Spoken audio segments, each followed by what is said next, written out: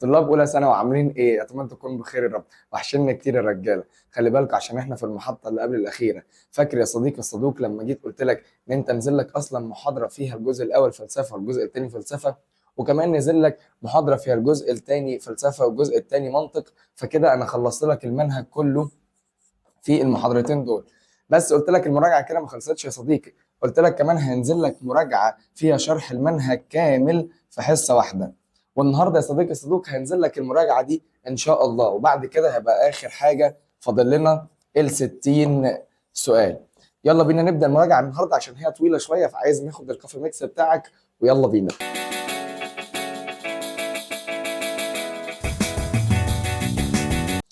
بص يا صديقي الصدوق، احنا عندنا الفلسفه اسمها الفلسفه التطبيقيه.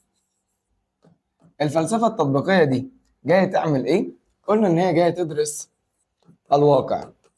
طب حلو، بعد ما درست الواقع لقيت فيه شوية مشاكل في الواقع، فاضطرينا إن إحنا نحط شوية قواعد وقوانين للمجالات اللي فيها مشاكل. طب مستر إيه هي المجالات اللي فيها مشاكل أصلا؟ قلنا عندنا مشاكل لقيناها في البيئة، ومشاكل لقيناها في الطب، ومشاكل لقيناها في المهن، ومشاكل لقيناها في القيم. فبدأنا إن إحنا نحط زي ما قلت لك قواعد وقوانين ومبادئ تحكم المشاكل اللي موجودة. ده المنهج بتاع الفلسفة بكل اختصار. فيلا بينا نبدأ شرح أول حاجة اللي هي فلسفة البيئة. دي كبسولة المنهج وعايزك تركز معايا.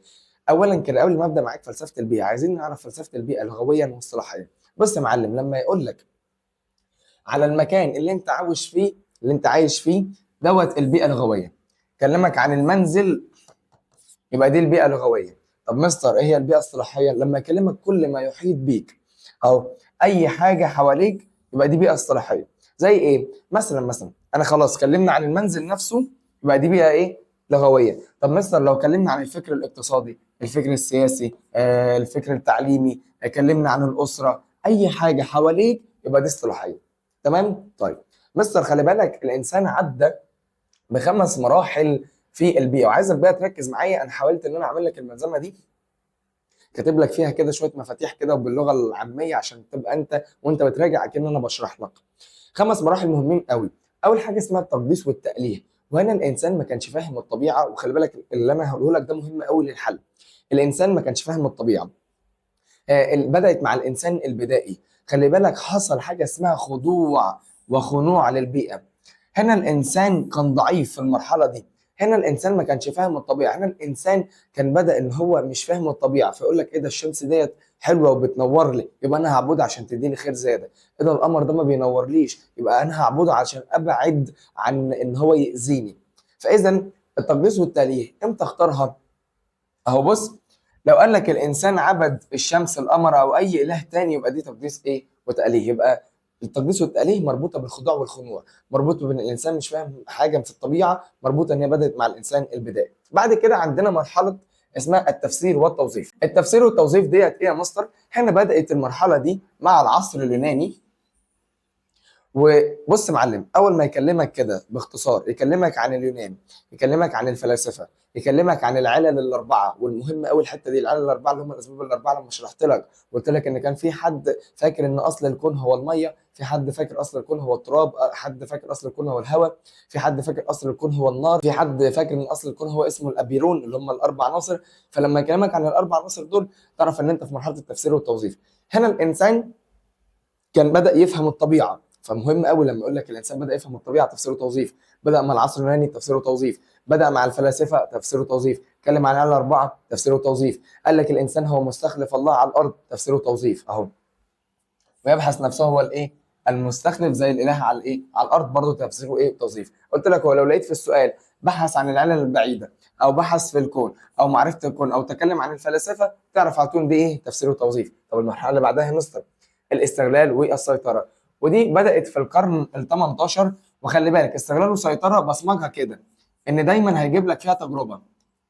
ليه؟ لان هنا بدا في الاستغلال والسيطره الانسان فهم الطبيعه خلاص، فبدا ان هو يستغل الموارد بتاعتها ويحولها لموارد تستفيد بيه. زي ايه؟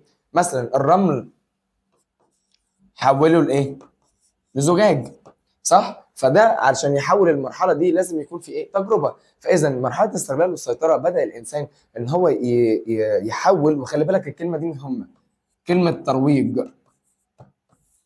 كلمه ترويج معناها تحويل. اول ما يجيب لك كلمه ترويج للبيئه تعرف على طول انت في مرحله الاستغلال والسيطره. هنا بدا الانسان يستغل كل موارد البيئه بشكل نافع ليه، وكمان بدا ان هو يسيطر على الكوارث اللي موجوده. فاذا لما اقول لك تجربه او ترويج تعرف على طول ان انت في استغلال وايه؟ سيطره. انا بحاول اقول لك الكلام المهم، بحاول اقول لك الكلام المهم بس عشان ما اصدعكش.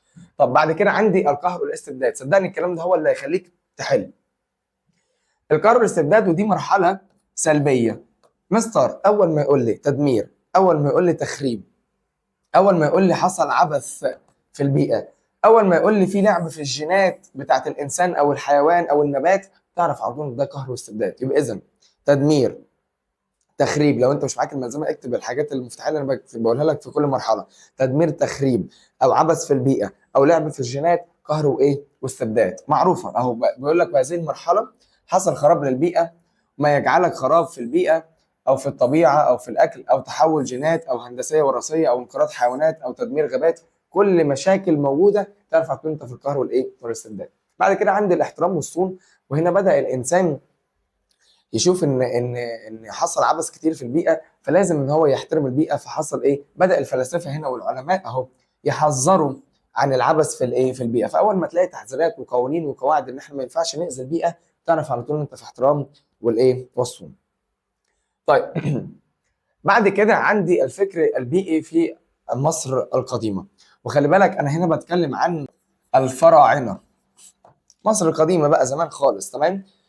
بيقول لك ان الفراعنه دول حبوا البيئه جدا جدا. طب مستر ايه الدليل ان هم حبوا البيئه؟ انا قلت لك مش هديك دليل، انا هديك اربعه. ركز معايا كده فيهم. اول حاجه كتاب اسمه كتاب الموتى. طب ايه يا مستر كتاب الموتى؟ كتاب الموتى ده عامل زي الانجيل والمصحف كده. كتاب مقدس والمصحف اللي هو ايه؟ يقول لك انت عشان تتقرب لربنا، مثلا كتاب المصحف بيقول لك عشان تتقرب لربنا لازم تصلي وتصوم، صح؟ كتاب الموتى بيقول لك عشان تتقرب لربنا لازم ان انت تحافظ على ايه؟ البيئه. فاذا لما يقول لك ان انت محافظتك على البيئه دي تقرب لك للاله، تعرف على طول ان انت في كتاب الايه؟ الموتى. طب مستر بعد كده عندي حاجه اسمها احترام الفكر المصري القديم للبيئه. طب الفكر المصري القديم احترم البيئه جدا. ايه الدليل؟ الدليل يا معلم ان هو خلى الظواهر الطبيعيه بتاعه البيئه مصدر او منهل للديانات بتاعته. يعني ايه الكلام ده يا مستر؟ يعني مثلا خلى الشمس مصدر الديانه بتاعته، خلى القمر مصدر للديانه بتاعته، خلى البركان مصدر للديانه ايه؟ بتاعته. فاذا لما يجيب لك ان هو خلى مصادر الطبيعه، خلى الطبيعه، قصدي ظواهر الطبيعه، مصادر للديانه بتاعته، تعرف على طول ان انت في احترام الفكر المصري الايه؟ القديم. تمام؟ طيب بعد كده عندي حاجه اسمها تعويذه اعلان البراءه. وهنا دي بيتلوها المتوفي. وخلي بالك هنا الانسان بيموت اهو. هنا الانسان بيموت والمفروض ان هو بيقابل الله ويعمل تعويذه اعلان البراءه دي ويقول بقى ايه؟ يبرأ نفسه من اي مشكله حصلت في البيئه. يقول لك انا ما اذيتش البيئه، انا ما اذيتش الانسان، انا ما اذيتش الحيوان. فلما تلاقي ان الانسان بيبرأ نفسه من اي مشاكل حصلت في البيئه، تعرف على طول دي تعويذه اعلان البراءه امام الاله الايه؟ العظيم. طبعا بتبدا بايها سلام ايها الاله الايه؟ العظيم. اخر حاجه تقديس نهر النيل. وهنا يا معلم هتلاقي المصري القديم دايما بيعمل اناشيد وايه؟ وتراتيل وصلوات لنهر النيل. يعني هتلاقي دايما في السؤال بيكلمك عن النهر في العموم. وخلي بالك الحته دي بقى مهمه. الحته دي سؤال في الامتحان، سؤال في الامتحان محدش هيقولها لك. اول ما يقول لك فاض علينا الاله بخيره، تعرف على طول، تعرف على طول ان هو قصده على تقديس نهر النيل. ودي بصمجها حته سؤال في الامتحان مودي. طب مستر انت عرفت منين ان هي تقديس نهر النيل؟ حبيبي قال لك كلمه فاض. ومين الوحيد اللي ممكن يفيض؟ هو النهر، صح؟ فهي الحاجه الوحيده اللي تنفع في المراحل دي. فعشان كده اول ما اقول لك فاض علينا الاله بالخير او بالعدل او بالامان، الحاجات دي كلها تعرف على طول ان هي تقديس نهر الايه؟ النيل. ودي حته مهمه يعني، علشان بس في ناس كتير تلخبط فيها. هو انا قلت لك هو اول ما يشبهك في نهر النيل مثل يفيض نهر النيل، تعرف على طول ان هي تقديس نهر الايه؟ النيل. بعد كده عندي شويه حضارات عندي الحضاره العربيه الاسلاميه، وعندي الفكر البيئي عند الغرب. الحضاره العربيه الاسلاميه عندي فيهم اتنين، واحد اسمه علي بن رضوان، واحد اسمه عبد الرحمن بن خلدون. علي بن رضوان ده يا معلم كان فيلسوف وطبيب مصري. ومستر ما دام قلت طبيب، يبقى دايما علي بن رضوان هيربط البيئه اهو، هيربط البيئه بالامراض والايه والاوبئه. علي بن رضوان هيربط البيئه بالامراض والاوبئه، هيربط المكان بالامراض والاوبئه، هيربط المناخ بالامراض والايه والاوبئه. يبقى لما يكلمك عن امراض واوبئه علي بن رضوان، سهله سهله. طب بعد كده عندي عبد الرحمن بن خلدون، وده مؤسس علم العمران اللي هو علم الاجتماع. طب مستر ما دام قال لي علم الاجتماع، دايما هيربط لك المكان والاقاليم بحاجه اسمها الاقوات. ايه ده يا مستر؟ ايه هي الاقوات دي؟ الاقوات دي يا معلم اللي هو الاكل والشرب والملبس والمهنه والحاجات دي كلها والمعيشه يعني. اذا لما يكلمك عن الاقاليم، اختلاف الاقاليم ما بين بعضهم، لما يكلمك عن اختلاف الاقوات في الاقاليم، وخلي بالك حته الاقوات دي برضو مهمه، كلمه مهمه ممكن يجيبها لك في السؤال. فلما يكلمك عن اختلاف الاقاليم، اختلاف المعيشه، اختلاف المهن، اختلاف الاقوات، تعرف على طول انت في عبد الرحمن بن ايه خلدون. بس خلي بالك البيئه بتخلص معانا بسرعه اهو. شفت؟ لو انت شفت المراجعتين اللي انا نزلتهم مع الفلسفه، وشفت المراجعه دي وحليت معايا المراجعه الاخيره، يعني شفت الاربع محاضرات، انت هتخش الامتحان حاطط رجل على رجل يا باشا بكل ارتياحيه. بعد كده عندي في الفكر البيئي عند الغرب واحد اسمه ألدو بولت، واحد اسمه هانز يونس. ألدو بولت اتكلم عن حاجه اسمها اخلاق الارض. ايه يا مستر اخلاق الارض دي؟ قال لك ان انت المفروض تتعامل مع الناس او مع الارض بمبادئ وقواعد واحترام. طب مستر انا هحترم مين وهتعامل مع مين بمبادئ وقواعد؟ قال لك اول حاجه الانسان، اخوك الانسان الطبيعي، صح؟ وتاني حاجه قال لك الحيوان والنبات او الجماد. اذا فانت المفروض تتعامل مع كل الارض بايه؟ باحترام. مين اللي قال كده؟ ده ألدو لابورت. اما هانز يونس قال لك ايه؟ قال لك اتكلم عن الاخلاق والمسؤوليه. هانز يونس قال لك ان الانسان هو الوحيد اللي عنده عقل، فاذا ما دام هو الوحيد اللي عنده عقل لازم يكون هو المسؤول عن كل الكائنات اللي موجوده حواليه في الارض. ومش بس كده، هو كمان المسؤول عن احترام الاجيال القادمه. يعني ايه؟ يعني ما تستنفذش كل الموارد بتاعتك اللي موجوده عندك في البيئه عشان الاجيال القادمه لما تيجي تلاقي الموارد ديت جاهزه برضه، او في تاني من الموارد دي. يعني مثلا ما تاخدش مثلا كل الحديد اللي موجود في العالم، ما ينفعش، صح؟ ما تلوثش البيئه عشان الاجيال اللي جايه تلاقي بيئه ايه؟ نظيفه. فلما يكلمك عن المستقبل اهو، مسؤوليه الاتجاه القادمه، يعني هو ما يستنفذش كل الموارد الطبيعيه ويعمل حساب الاجيال الايه اللي جايه، حاطط لك حتى كام سنه عليها كده عشان تعرف ايه؟ المستقبل مشرق. فلما يكلمك عن المستقبل تعرف على طول انت في هانز يونس. لما يكلمك عن احترام الارض كلها تبقى انت في ايه؟ ألدر بولت. بعد كده عندنا ثلاث توجهات مهمين في البيئه، وكان اخر حاجه عندنا في الدرس التوجيه النفعي، واكتب عنده نرجسي. والتوجيه دوت بيقول لك انا بحافظ على البيئه لاجل ان انا استفاد من ايه؟ البيئه. وفي التوجيه المثالي او الخضري، وده بيقول لك ان هو بيحافظ على البيئه لاجل ايه؟ كيان البيئه فقط لا غير. ده بيحافظ على البيئه مش عشان هو محتاج منها حاجه، لا هو بيحافظ على البيئه عشان هو بيحبها.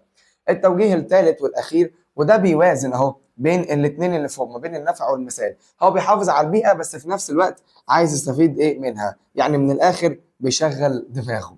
طيب وبكده يا معلم انا خلصت لك فلسفه البيئه. المراجعه بتخلص مننا اهو، يلا فوق معايا يا قلبي. بعد كده عندنا حاجه اسمها الاخلاق البيوطبيه او البيوتيكا، البيولوجيه او البيوتيكا، حبيت اديلك العنوانين برضو كلهم. طيب بيقول لك ان البيوتيكا ده فرع من الفلسفه التطبيقيه. ماشي، انت قلت لنا يا مستر الحته دي في المقدمه، فرع من الفلسفه التطبيقيه. بيقول لك ان اول مره استخدم مصطلح البيوتيكا ده كان على يد عالم اسمه فان بوتر سنه 1970، وكلمه البيوتيكا معناها علم الايه؟ البقاء. ودي كانت مقدمه الدرس. عندنا حاجه اسمها مجالات الاخلاق الطبيه. اول حاجه عندي اخلاق العياده. ودايما اخلاق العياده دي بيقول لك ان الدكتور، وهي دايما بتتعامل مع الدكتور اهو، بتكون ما بين الدكتور والمريض واسرته. وهنا دايما الثلاثه دول، الدكتور والمريض واسرته، بيتناقشون في مصلحه الايه؟ المريض. يعني من الاخر تلاقي الدكتور لما يقول لك ان الدكتور بيهتم بالمريض، الدكتور حط خطه علاجيه تفيد المريض، يقول لك الدكتور عمل اقصى جهد عشان يحافظ على المريض، تعرف على طول ان دي اخلاق الايه؟ العياده. يبقى اذا اخلاق العاده بتكون ما بين ثلاثه، ما بين الدكتور والمريض وايه واسرته، واسرته ممكن يحط لها كلمه كده اسمها المجتمع، تعرف برضو ان هي ايه اسرته. طيب بعد كده عندي اخلاقيات البحث العلمي. يا مستر اخلاقيات البحث العلمي دي يا معلم بيقول لك الدكتور الباحث اللي عايز يخترع او يبتكر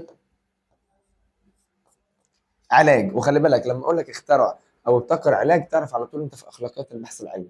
طب ماشي، الدكتور اللي عايز يخترع ويبتكر علاج دوت او يبدع علاج المفروض يعمل ايه؟ المفروض ان هو يعمل تجارب علشان يشوف العلاج بتاع دوت ينفع ولا لا، صح؟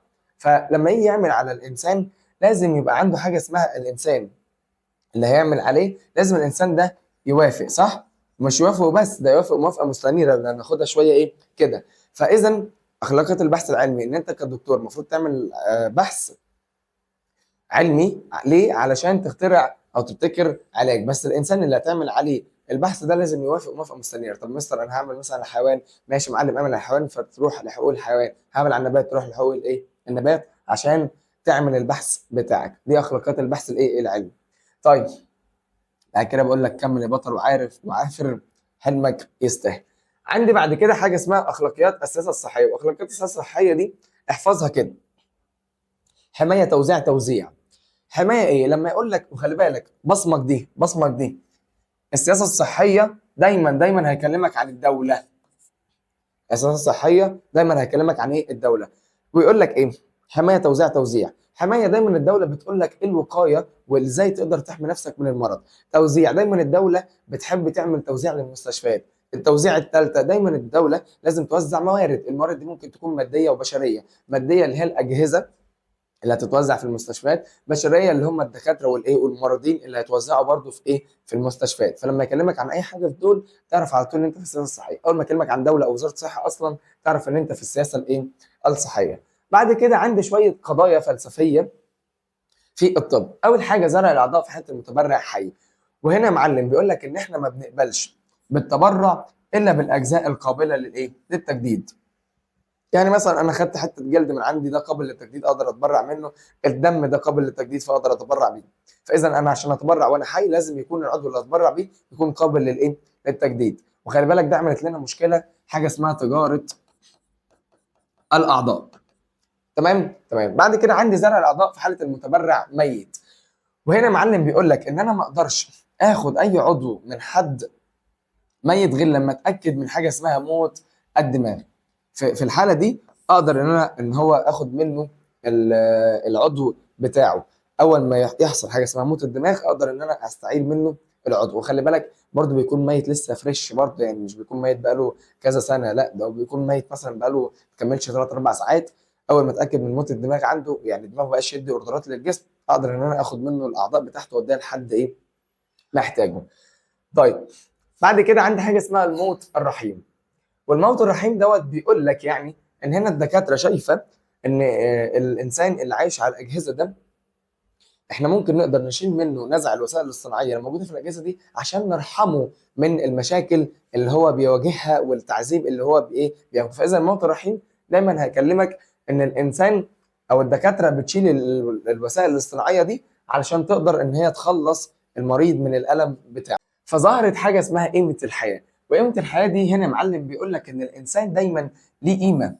وخلي بالك قيمه الحياه بتتكلم عن الموت الرحيم. بتقول له ما ينفعش ان انت تعمل حاجه اسمها نزع الوسائل الصناعيه، لان انت مالكش حق ان انت تتدخل في موت الانسان حتى لو هو عايش على اجهزه. سيبه يعيش على اجهزه لحد ما ربنا ياخد الروح بتاعته زي ما هو عايز، لكن انت ما تشيلش الوسائل الصناعيه ديت عشان هو بس مجرد ايه انت صعبان عليك مثلا هو بيتالم وكده. لا يا حبيبي، هو اصلا لو شاف منك تعاطف هتلاقي نفسه ان هو بيتحسن مش بيسوء. لكن انت طبعا شايف ان انت عايز تشيل منه فهتلاقي الحاله بتاعته بتتحسن بتسوء اساسا. فعشان كده قيمه الحياه بتقول له ان الحياه كل شخص ليه قيمه في الحياه. وخلي بالك انا المفروض احترم الحياه بعيدا عن الجنس او النوع او عقله. يعني انا المفروض احترم اي انسان حتى لو كان غني كان فقير كان مسجون غير عاقل او عاقل، تمام، او غير عاقل مثلا بنسبه معينه عشان مفيش حد غير عاقل خالص. فانا المفروض احترم كل الايه الانسان لان كل حياه ليها قيمه. بعد كده عندي حاجه اسمها الموافقه المستنيره، واللي انا قلت لك عليها لما الدكتور عايز يعمل بحث على انسان، فالانسان ده لازم يوافق موافقه مستنيره. طب عندي 5 عناصر من الموافقه المستنيره، عشان اقول للشخص ده وافق موافقه مستنيره لازم يكون عدى على 5 مراحل. اول حاجه اسمها الافصاح، والافصاح هنا الدكتور لازم يخبر او يدل او يقول عن عنوان البحث اللي هيعمله للمريض، وخلي بالك ممكن يقول اضراره عادي جدا مفيش مشكله. طب لو المريض ما فهمش هنعمل حاجه اسمها الفهم.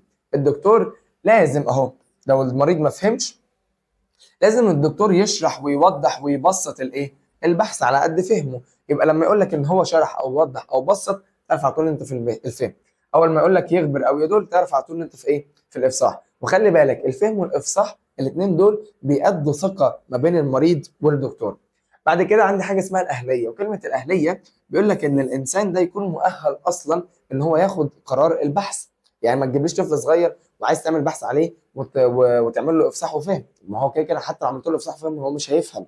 ليه؟ عشان هو مش مؤهل ان هو يفهم، او عقله مش مؤهل ان هو يفهم البحث دوت واضراره والمشاكل بتاعته ايه. فاذا كلمه الاهليه لازم الانسان يكون مؤهل اصلا ان هو ياخد القرار.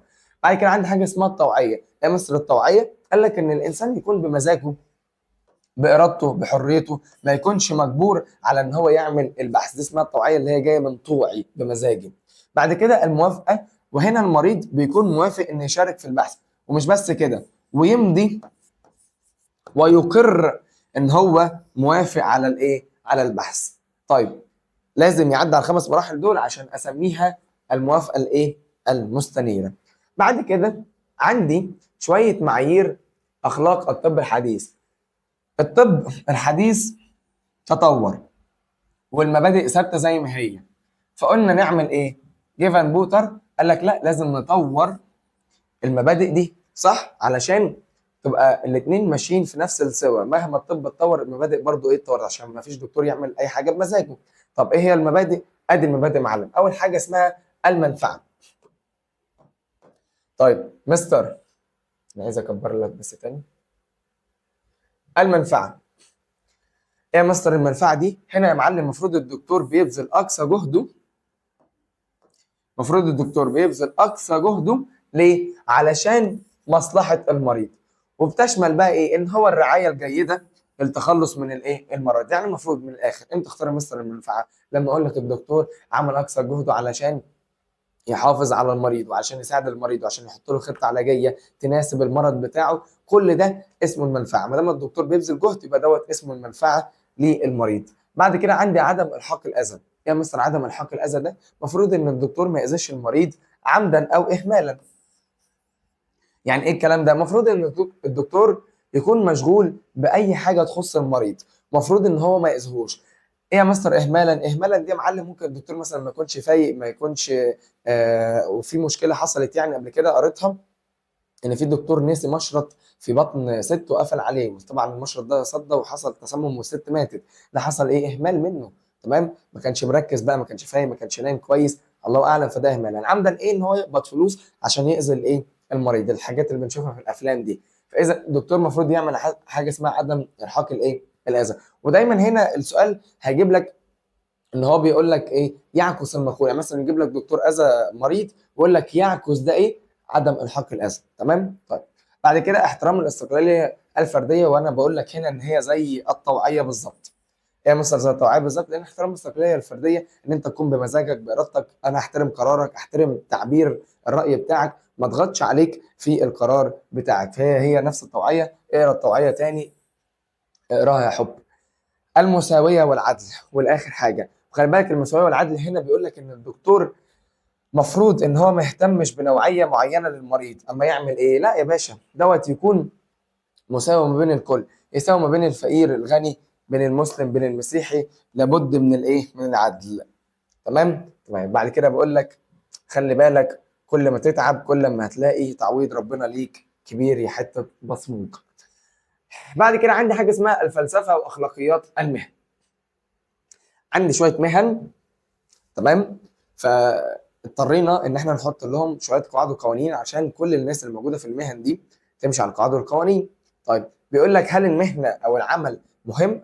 ان العمل هو شرط اساسي علشان الامه تنهض. فعليك باحترام العمل وتطور نظام العمل واستغلال طاقات الافراد بافضل طرق ممكنه. ده يعني مقدمه هنا للدرس، بيقول لك ان العمل مهم علشان الامه تنهض، وان انت تستغل طاقات الافراد بشكل افضل، وكمان يبقى عندك حاجه اسمها اخلاق المهنه اللي هي المبادئ والقوانين والمعايير اللي انت المفروض تمشي عليها في اي مهنه. اهي ايه هي اخلاق المهنه؟ عباره عن شويه قواعد وقوانين لازم المهنه تمشي عليها. طب مستر اخلاق المهنه دي مين اللي بيحددها؟ طرفين، اول طرف صحاب الخبره بتاعت المهنه، تاني طرف المجتمع، وتالت طرف الفلاسفه. دول الثلاث اطراف اللي هم بيحطوا اخلاق المهنه. طيب عندي حاجه اسمها اهميه مواثيق اخلاق المهنه. انا ليه بحط قواعد وقوانين للمهن؟ اول حاجه عشان تكوين صوره ايجابيه عن المؤسسه. ايه يا مستر تكوين صوره ايجابيه عن المؤسسه؟ حبيبي بيقول لك هنا اول ما تلاقي دايما السؤال بيشكر في المؤسسه او انك عملت صوره حلوه للمؤسسه، تعرف على طول انت في تكوين صوره ايجابيه ذهنيه جوه العقل المؤسسه. يعني ايه؟ تخيل كده الموظف اللي جوه المؤسسه بيعاملني حلو وبيخلص الورق بتاعي، فانا هعمل ايه؟ هكون صوره ايجابيه عن المؤسسه اللي موجوده، صح؟ هقول المؤسسه دي كويسه. لكن لو بيعاملني وحش هقول المؤسسه دي ايه؟ مش كويسه، فهتكون صوره سلبيه مش ايجابيه. فاذا لما يقول لك ان في السؤال اللي بدات ان انت تكون صوره ذهنيه ايجابيه عن المؤسسه، تعرف ان دي تكوين صوره ايجابيه عن الايه؟ المؤسسه. بعد كده التزام بالمسؤوليات القانونيه والاجتماعيه. وهنا دايما هيكلمك ان لازم المؤسسه بتاعتك تكون ملتزمه بكل القواعد والقوانين اللي احنا حاطينها. يعني من الاخر ما تاذيش البيئه او ما تشغلش عندك موظف مرتشي. يعني ايه الكلام ده؟ بيقول لك انا دلوقتي في الالتزام بالمسؤوليه القانونيه والاجتماعيه، المفروض ان انا مثلا لو عليا ضرائب ادفعها، ده قانون صح؟ المفروض اجتماعيا ما اذيش البيئه، صح؟ كمان المفروض ان انا لو عندي موظف مرتشي برضه ما احطوش عندي في الشركه. ليه؟ علشان انا القانون بيقول لي ان انا افصل اي شخص مرتشي. فاذا الالتزام بالمسؤوليه القانونيه والاجتماعيه ان انا امشي على كل القواعد والقوانين اللي حطها الدوله. بعد كده تحسين الاداء. وخلي بالك تحسين الاداء دي مرتبطه دايما بالتطور. تحسين الاداء دايما مرتبطه بالتطور. مستر اطور ايه؟ قال لك طور الاجهزه اللي عندك وطور العمال. طب مستر اطور الاجهزه، ماشي هجيب اجهزه جديده بتشتغل احدث. طب اطور العمال ازاي؟ اديهم كورسات يا حبيبي ازاي يتعاملوا اصلا مع الاجهزه الجديده اللي انت ايه جبتها. فاذا تحسين الاداء دايما هيكلمك عن ايه؟ التطور. بعد كده دور الفلاسفه في اخلاق المهنه. وخلي بالك انا كلمت لك عن دور الفلاسفه في 3 عادات مهمين قوي. اول حاجه تحليل الواقع الثقافي، ودي كانت اول قعده قلت لك. وهنا دايما هتلاقي الفيلسوف يدرس المجتمع، ودي كانت اول قعده ما بيننا. كان كل فيلسوف لما تفتكر في الشرح اللي احنا قعدنا مجموعه مع بعضينا وقلنا كل فيلسوف يروح مجتمع معين، تمام، يدرسه ويحلله. اهو ده اسمها هو تحليل الواقع الثقافي. يدرس، اول ما اقول لك يدرس او يبحث تعرف على طول ان دي تحليل واقع الثقافي. يدرس ويبحث ويعرف القيم والعادات والقوانين اللي موجوده في المجتمع. طب دي اول قاعده. تاني قاعده قلنا تحديد الاسس والقواعد. اهو قلت لك افتكر دايما ان دي اول قاعده ما بيننا، معلش دي تاني قاعده. دي تاني قاعده ما بيننا اللي هي ايه؟ بعد ما رحنا شفنا حللنا القواعد، قعدنا قاعده تاني كل واحد جاب القواعد والقوانين اللي موجوده في الدوله وقعدنا نحددهم. يعني ايه يا مستر قعدنا نحددهم؟ يعني مثلا انا رحت مصر قلت رحت بعد ما قعدت معاهم قلت لهم ايه؟ خلي بالك انا عندي مصر فيها قواعد وقوانين كذا كذا كذا، عندهم مبادئ والتزامات في كذا وكذا وكذا. وبعدين واحد تاني راح فرنسا برضو قال لهم القواعد والقوانين المبادئ اللي عندهم. واحد تاني راح مش عارف ايه. فحدد كل واحد فينا حدد المبادئ والاسس الاجتماعيه اللي موجوده فيها. خلي بالك هنا في الحته دي لما اقول لك ان الفيلسوف بدا يديك ارشادات او يديك ازاي تشتغل او يحسك، تعرف على طول انت في تحديد الاسس والقواعد. كل ده اسمه تحديد اسس وايه؟ قواعد. بعد كده وضع اسس ميثاق المهنه، ودي ثالث قاعده ما بيننا. هنا بقى بدانا ان احنا نحدد ونضع القواعد والاسس والقوانين وتكون مرجع لكل الايه؟ المهن. اي حد شغال في اي مهنه يكون دي ايه؟ مرجع ليه. بعد كده عندي مبادئ الالتزام. ايه مبادئ الالتزام؟ خليك راجل ملتزم بالقواعد والقوانين اللي احنا حطيناها يا صديقي. طبيعي احنا تعبنا وحللنا، بعد كده حددنا، بعد كده حطينا القواعد، فانت المفروض كمؤسسه او كصاحب مهنه تلتزم بالقواعد والقوانين اللي احنا حطيناها. طب مستر، ايه هي قيم اخلاق المهن اصلا؟ اول حاجه عندي الامانه والنزاهه. ايه هي الامانه والنزاهه؟ قال لك خليك امين في شغلك وبلاش تقبل رشوه يا صديقي. يعني الامانه ان انت تكون امين، النزاهه ان انت تكون منزه عن الخطا. تمام؟ فانا هكون منزه عن الخطا امتى؟ لما انا اكون امين في في شغلي. بعد كده الطاعه والمسؤوليه. ايه الطاعه والمسؤوليه؟ قال لك ان انت تطبق اللوائح والقوانين الخاصه بالمؤسسه بتاعتك. صح؟ يعني انت لما هتطيع وهتبقى عندك مسؤوليه لايه؟ ان عندي شويه لوائح وقوانين موجوده عندي في المؤسسه، فانا لازم ان انا اتبعها واطبق القواعد والقوانين دي. بعد كده عندي الاستقلال الذاتي. ايه مثلا الاستقلال الذاتي؟ بيقول لك طلع كل افكارك الابداعيه، وخلي بالك الاستقلال الذاتي دايما مربوط بالابداع. دايما مربوط بالابداع. خلي بالك انا بص حابب ان انا اكتب لك اي حاجه اللي انا بشرحها لك كاتبها لك في الملزمه المراجعيه يا صديقي، ووريهم. ايوه كده، طلع الافكار الابداعيه يا صديقي، وريهم كده الافكار بتاعتك، وريهم ان انت عندك راي وعندك استقلال ذاتي. بعد كده عندي حريه التعبير. ايه يا مستر حريه التعبير؟ وهنا بيقول لك ان صاحب الشركه لازم يسمعك. انت ليك راي في البلد ديت. هنا صاحب الشركه حبيب قلبي في حريه التعبير لازم يسمعك، لازم يعمل لكم عصر ذهني. ليه؟ عشان انت ليك راي. طب مستر ايه الفرق ما بين الاستقلاليه الذاتيه وحريه التعبير؟ الاستقلاليه الذاتيه دايما مرتبطه بالفكر الابداعي، ودايما مرتبطه بيك انت كشخص، انت اللي بتطلع الافكار. طب حريه التعبير هنا صاحب الشركه هو اللي بيخليك ان انت تعبر عن الراي بتاعك. بعد كده الشفافيه والمساواه. كلمه الشفافيه معناها الوضوح، والمساواه هو العدل. فبيقول لك لازم يكون صاحب الشركه واضح في كلامه. لازم يكون صاحب الشركه واضح في في الكلام بتاعه، ولازم يكون مساوي كل الموظفين ببعضها. بعد كده تجنب المصلحه العامه. بيقول لك هنا الموظف لازم يشوف المصلحه العامه فين الاول، بعد كده يشوف المصلحه الخاصه بتاعته. بعد كده اخر حاجه احترام البعد الانساني. لو انت صاحب شركه احترم موظفينك. يعني لازم من الاخر تعرف ان الانسان هو روح وجسد واحساس. صح؟ فانت لازم تحترم الثلاث حاجات دول. ده اسمه احترام البعد الانساني. يعني انت لو صاحب شركه زي ما قلت لك احترم موظفينك. وبكده انا خلصت لك فلسفه المهن يا صديقي الصدوق. عندنا اخر حاجه التفلسف وعلاقته بالقيم. ركز معايا يعني، معلش هانت يا صديقي، صدقني انا بحاول انجز معاك كده بشكل سريع يعني. بعد كده التفلسف وعلاقته بالقيم. ايه هو مستر اصلا التفلسف؟ قال لك التفلسف هو نشاط عقلي، حاجه بتحصل جوه العقل، يستخدم النظريه النقديه الفاحصه بدل ما هو يتقبل الامور كما هي. ده معنى كلمه تفلسف، ان هو بيبقى نشاط جوه العقل.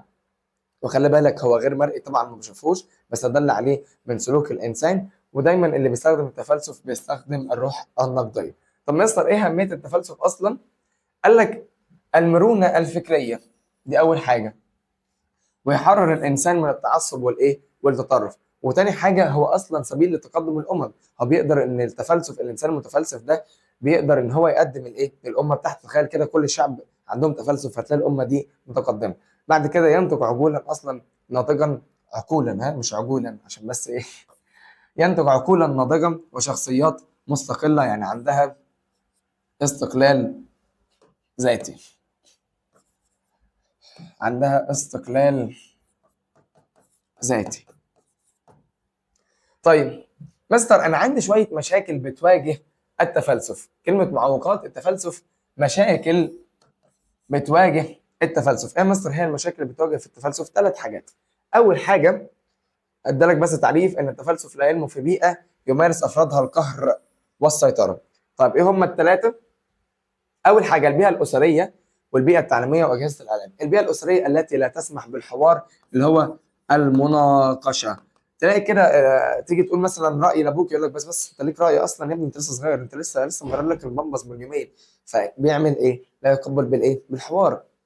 فاذا البيئه اللي ما بتقبلش بالحوار هتلاقي الانسان او الطفل بتاعها ما بيبداش يفكر. بعد كده البيئه التعليميه اللي بتعتمد على الحفظ والتلقين فقط لا غير.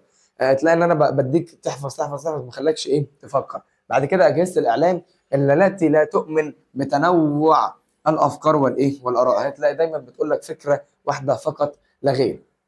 فاذا البيئه الاسريه تسمح بالحوار، دي مشكله في التفلسف. البيئه التعليميه اللي تعتمد على الحفظ والتلقين، مشكله في التفلسف. اجهزه الاعلام التي لا تؤمن بتنوع الافكار، برضو دي معوقات بتواجه التفلسف. بعد كده عندي حاجه اسمها طبيعه القيم. بيقول لك ان القيم بتاعتي اهو تنقسم الى فرقتين. اول حاجه القيمه الذاتيه النسبيه، تاني حاجه القيمه الموضوعيه المطلقه. طيب، اول حاجه القيمه الذاتيه النسبيه، بيقول لك ان القيمه الذاتيه النسبيه دي اصحاب الراي بتوع القيمه الذاتيه بيقولوا ان القيمه ليست مطلوبه في ذاتها. يعني ايه يا مستر؟ يعني احنا لو هنعتبر ان دي قيمه فيها مثلا العدل والامانه والنزاهه والكلام ده كله، بيقول لك ان القيمه مش مطلوبه في ذاتها، يعني مش لازم الانسان يسعى لاجل القيمه دي. وايه كمان؟ وان القيمه شويه غايات واهداف ذاتيه، وكل واحد فينا بيحدد اهدافه والقيم على حسب غاياته. يعني من الاخر، الفعل اللي انت هتعمله لو هيكون ليك خير، يبقى ده فعل ايه؟ صح. طب مستر، عايش ممكن تلخص لي القيمه الذاتيه كده؟ بص يا معلم، القيمه الذاتيه بيقول لك ان الانسان او القيمه مش مطلوبه في ذاتها، يعني مش لازم اسعى ليها. وفي نفس الوقت القيمه الذاتيه بيقول لك ان هي مجرد غايه. يعني انت لو عايز تكون امين ماشي، اسعى ان انت تكون امين، مش عايز خلاص مش لازم تسعى. يعني انت اللي بتحدد غايتك، هي اللي بتحدد انت عايز ده ولا لا. يعني مثلا مش دي حاجه لازم مفروضه عليك، يعني دايما كلنا مفروض يعني ان اكون شخص امين في شغلي، المفروض ان انا يكون عندي عدل، صح؟ هنا بيقول لك لا، مش لازم. انت لو مش عايز يكون عندك ده ومش دي الغايه بتاعتك، خلاص مش لازم ان انت يكون عندك عدل وامانه. فدي اسمها القيمه الايه؟ الذاتيه النسبيه. طيب، مين اللي حدد الكلام ده، او مين اللي مع الراي ده؟ اربعه. اول واحد اسمه كونت، وتاني اسمه دوركايم. وخلي بالك دول اتنين قالوا ايه؟ قال لك ان المجتمع هو مصدر القيم. يعني ايه؟ يعني بيقول لك ان الرذيله في مجتمع ما فضيله في مجتمع اخر. يعني بيقول لك من الاخر ان المجتمع هو اللي بيحدد القيم. يعني مثلا ممكن يكون في مجتمع شرب الخمر حلال، وفي مجتمع شرب الخمر ايه؟ حرام. عشان كده بقول لك ان المجتمع هو مصدر القيم. مين اللي قال كده؟ كنت وايه؟ دوركايم. وبعد كده عندنا بنتام، ده واحد، وميل ده اتنين. بيقول لك ان قيمه الفعل تتحدد في نتائجه. يعني ايه؟ يعني من الاخر، لو النتيجه بتاعت الفعل جت بمصلحه ليك، يبقى كده الفعل ده صح، والعكس صحيح. ازاي؟ يعني مثلا انت راجل فقير وده راجل غني، انت هتروح تسرق الراجل الغني ده، وهتبقى انت غني وهيبقى هو فقير. طب هنا الفعل دوت فادك، يبقى دوت حاجه حلوه ليك. طب هنا الفعل ما فادهوش، يبقى دي حاجه وحشه ليه. فاذا بيقول لك ان الفعل اتحدد في النتيجه ايه؟ بتاعته. طب مستر، هل في هنا نقد اتوجه ليهم؟ النقد اللي اتوجه ليهم، اول حاجه عدم تحديد الخير والشر، ما بقتش عارف الخير والشر فين. تاني حاجه اغفال دور الدين. تالت حاجه ان هم ساووا الانسان بالحيوان، لان الحيوان دايما بيمشي ورا الغريزه والغايات بتاعته، فهم قالوا برضو ان الانسان ينفع يمشي ورا الغريزه والغايه بتاعته. بعد كده عندي القيم الموضوعيه المطلقه، ودي بيقول لك ان القيمه مطلوبه بذاتها. هنا العكس بقى يا حبيب قلبي، هنا ان القيمه فعلا مطلوبه بذاتها، يعني لازم الانسان يسعى للقيمه بتاعته. اهو يعني بيقول لك اهو القيمه محطوطه وكلنا بنسعى وراها، مثل الحق والخير والعدل والكلام ده كله. فاذا هنا فوق في الذاتيه النسبيه ما كانش القيمه مطلوبه بذاتها، يعني ما كانش لازم الانسان يسعى، لكن هنا لا، الانسان لازم يسعى عشان ياخد القيمه. طيب، مين اللي انحاز للراي ده؟ واحد اسمه ارسطو. وارسطو بيقول لك ان العقل هو اللي يميز ما بين الخير والايه؟ والشر، وليس الغايه ولا الايه؟ الغريزه زي ما قالوا فوق. قال لك لا، ده انا عندي عقل، فالعقل ده يقدر يميز ما بين الخير والايه؟ والشر. طب بعد كده عندي واحد اسمه موسكوي، ودوت تتسم فلسفته بالطابع الاسلامي الديني، وقال ان الدين هو اللي يميز الخير والايه؟ والشر. طب مستر، هل اتوجه لهم رؤيه نقديه؟ طبعا. اول حاجه تحديد الخير والشر، احنا عرفنا ان احنا نحدد الخير والشر. ثاني حاجه تاكيد دور الدين، قالوا دور الدين مهم. ثالث حاجه اختلفوا ما بين الانسان والايه؟ والحيوان، ميزوا الانسان عن الحيوان عن طريق الايه؟ العقل. تمام. طب اديك حته بصمجيه كده، لو قال لك كنت ودوركايم وبنتام وارسطو، هتختار مين؟ ارسطو. ليه يا مستر؟ ايه ده، انت ما عرفتش السؤال يا حبيب قلبي؟ ما هو كنتان ودوركايم وبنتام الثلاثه كلهم في الذاتيه، مين الوحيد المختلف وفي الموضوعيه؟ ارسطو. فاختار ايه؟ ارسطو على طول. حتى بصمجه كده ايه، عشان برضو لو لقيتها تدعي لي. بعد كده عندي القيم الفلسفيه التي تكسبها الفلسفه للفرد. مفروض ان الفلسفه لما انا ادرسها بتكسب شويه قيم للفرد. ايه هي؟ اول حاجه البحث عن الحقيقه. بعد كده ادالك هو طلع بالفلسفه دور هام في عصرنا اللي هو العصر العولمه اللي موجود فيه، وكلمه عولمه معناها انفتاح، عشان بس تبقى انت عارف انفتاح الفكر، حيث يتعلم الفرد التعايش مع العصر بكل ايه سهوله. طيب ايه بقى القيم اللي بتديها له؟ اول حاجه اسمها البحث عن الحقيقه. ايه مصدر البحث عن الحقيقه هنا؟ بيقول لك ان الانسان، ودايما البحث عن الحقيقه مربوطه بالاسئله او الرغبه. هنا الانسان عنده رغبه في ان هو يبحث عن الحقيقه، فيعمل ايه؟ يبدا يسال عن الحقيقه. ولازم يكون الانسان عنده وعي بالعالم المحيط بيه. وايه كمان يا مستر؟ قال لك كمان ان هنا مفروض في البحث عن الحقيقه الانسان يبحث، لما يجي يبحث عن الحقيقه يبحث عن العلل البعيده. ايه يا مستر كلمه علل؟ اصلا معناها اسباب، انا قلت لك 700,000 مره بس بقولها لك تاني. بيقول لك اهو البحث عن الحقيقه، الانسان بطبعه وفطرته محب للايه؟ للتساؤل، بيحب ان هو يبحث عن الحقيقه والبحث عن الموجودات. وعلشان اوصل للحقيقه عندي ثلاث نظريات. يبقى اذا قبل بس ما اقول لك الثلاث نظريات، البحث عن الحقيقه مرتبطه بالتساؤل، مرتبطه برغبه الانسان ان هو يبحث اصلا عن الحقيقه، مرتبطه بوعي الانسان بالعالم المحيط به، مرتبطه كمان ان انت عشان تبحث عن الحقيقه تبحث عن العالم الايه؟ البعيد. طب مثلا انا عشان ابحث عن الحقيقه اعمل ايه؟ قال لك في ثلاث نظريات تاخدهم، ممكن تستعمل اي نظريه فيهم. اول حاجه نظريه التطابق. ايه مثل نظريه التطابق دي؟ قال لك هي مستمده من الواقع المادي الحسي. يعني ايه؟ انا دلوقتي جيت قلت لك الشمس مشمسه، حلوه الشمس مشمسه، مش مشمسه ما علينا. انا جيت قلت لك الشمس دلوقتي طالعه وزهره وبتاع، فانت هتعمل ايه؟ قال لك هترجع للواقع هتشوف هل الشمس فعلا مشمسه ولا لا. طب جيت قلت لك القلم ده بيكتب احمر، هتعمل ايه؟ قال لك هرجع للواقع هبص هل القلم فعلا بيكتب احمر؟ اه بيكتب احمر، سبحان الله. يبقى كده دي نظريه التطابق. يبقى اقول لك تطابق او تساوي الكلام او الظاهره اللي انا قلتها مع الواقع، يبقى دي نظريه الايه؟ التطابق. طب بعد كده عندي نظريه الترابط. ونظريه الترابط دي عباره عن هو بيربط اهو المقدمات بالنتيجه. من الاخر لو شميت في السؤال اي رياضه او منطق تعرف على طول دي نظريه ترابط. وخلي بالك نظريه ترابط ما دام رياضه ومنطق بتبقى دايما يقينيه. الله، حته من المنطق دي، ما دام رياضه ومنطق يبقى دايما النظريه اللي هيقولها يقينيه. تمام؟ فاذا نظريه الترابط هو بيربط المقدمه بالنتيجه. وخلي بالك نظريه الترابط برضو بالمره يعني هي استنباط النتيجه. هو بيديله مقدمه واقدر ان انا استنبط منها النتيجه. اما لما يقول لك استنباط نتيجه، ادالك مقدمات ونتيجه، ادالك رياضه ومنطق، او ادالك يقيني، تعرف على طول ان انت في نظريه الترابط. بعد كده نظريه النفعيه، وهي زي بتاعه بنتام وميل، اللي هو ايه؟ اللي هو اهم حاجه مصلحتي وبس.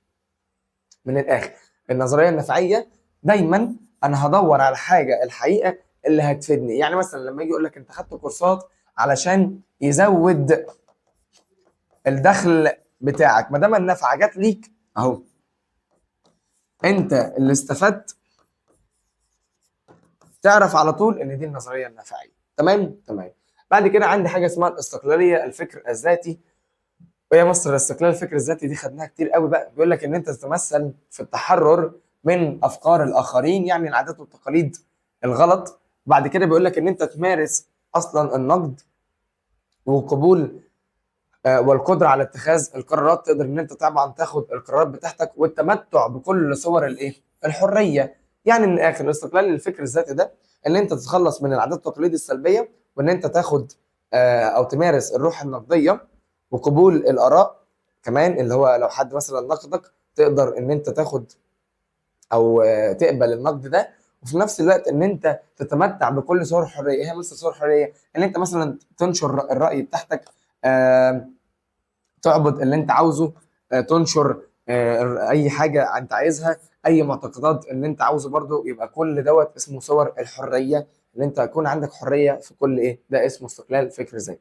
بعد كده عندي التسامح الفكري. ايه مثلا التسامح الفكري ده؟ بيقول لك هي تتمثل دايما في كلمه قبول.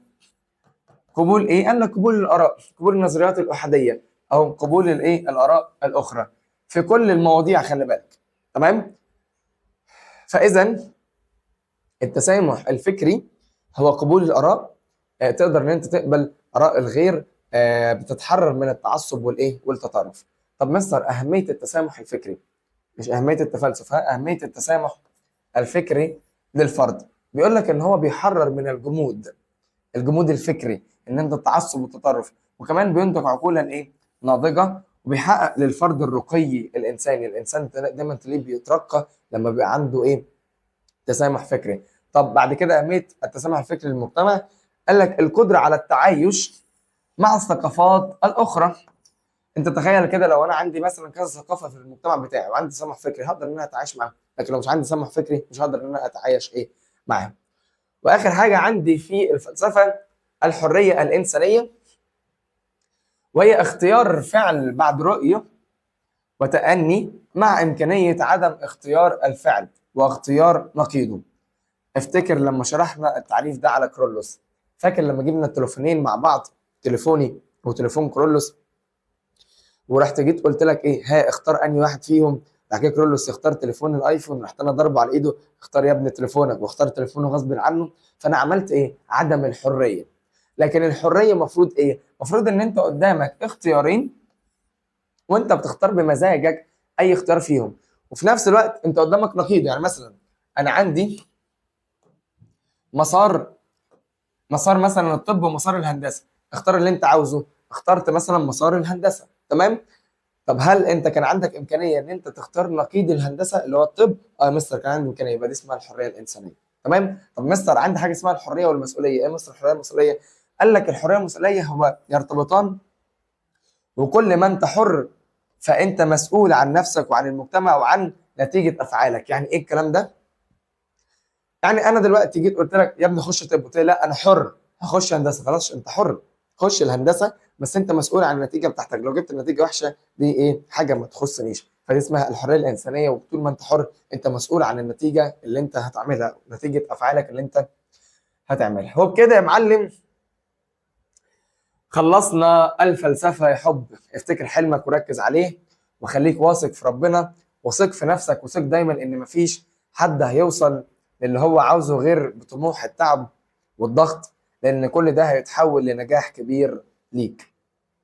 وده انا طبعا يعني انا بحبك يا بصموج، حابب اقول لك كده ان انا بحبك يا بصموج.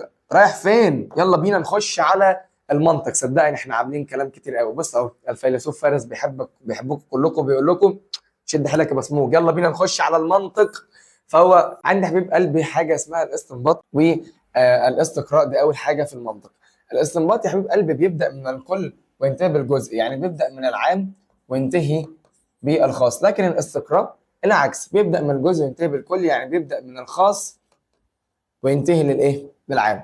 خلي بالك الاستنباط منهجه الرياضه والمنطق، ما دام منهجه رياضه ومنطق دايما صدق نتائجه يقيني. طب مستر الاستنباط بياخد طبيعه ايه او المنهج بتاعه ايه؟ برضه بيبقى عقلي مجرد. طب خلي بالك الاستنباط عباره عن استدلال هابط، يعني بيبدا من الكل بينزل للايه؟ للجزء.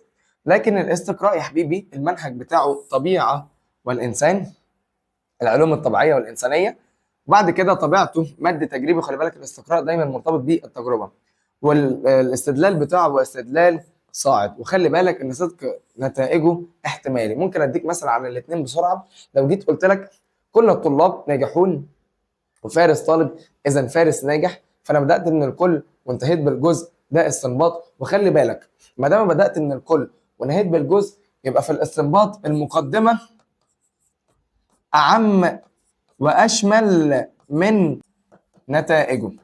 مش انا بدات من الكل صح، المقدمه هي كليه والنتيجه جزئيه، يبقى المقدمه اعم واشمل واكبر من ايه؟ من النتيجه.